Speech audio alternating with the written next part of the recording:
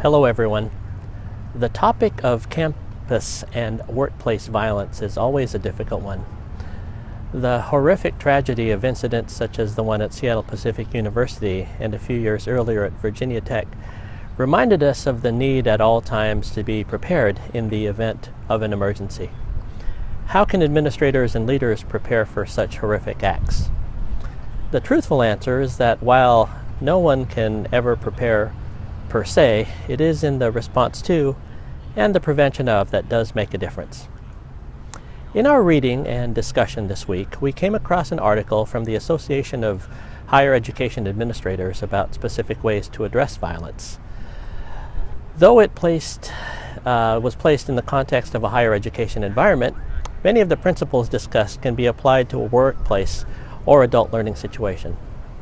The main point of the article was to introduce us to a framework of emergency planning and crisis management.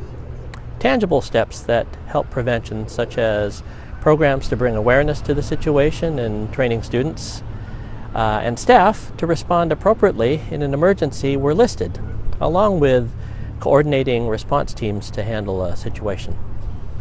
One aspect that I found important was the aspect of media during a crisis situation and how communication occurs to the outside world. I recall hearing the incident at Seattle Pacific first through social media and even hearing firsthand from those on the scene.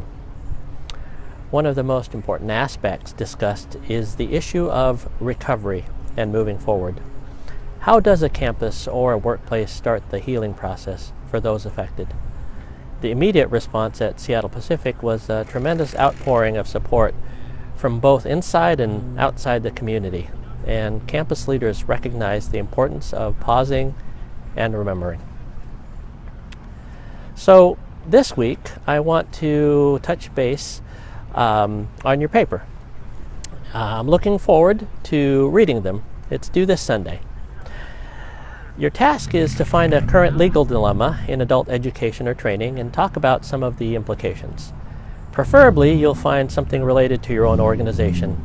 The dilemma should be something related to the topics we've covered so far, whether it is equal opportunity, disability, harassment, or violence.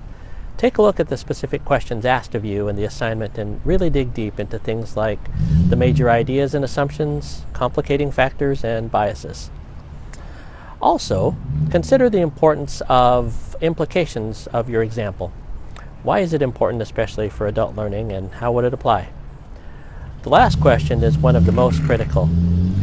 Remember on the paper that the page length does not include the cover page, abstract, no references, and that I expect you to cite your sources to support your claims, and of course, reference them properly, both in text as well as in the end per APA. I'm ultimately looking for good content, and that you explain your assumptions, do good analysis of the implications and factors of your situation, and tie things into research. Next week, we'll approach the halfway point of our course and reflect on the legal sections of our class. From there, we'll shift into focusing on our personal ethical frameworks and explore what it means to incorporate the whole conversation about ethics into adult learning and training. So that's all for now. Have a good weekend, and I will see you online.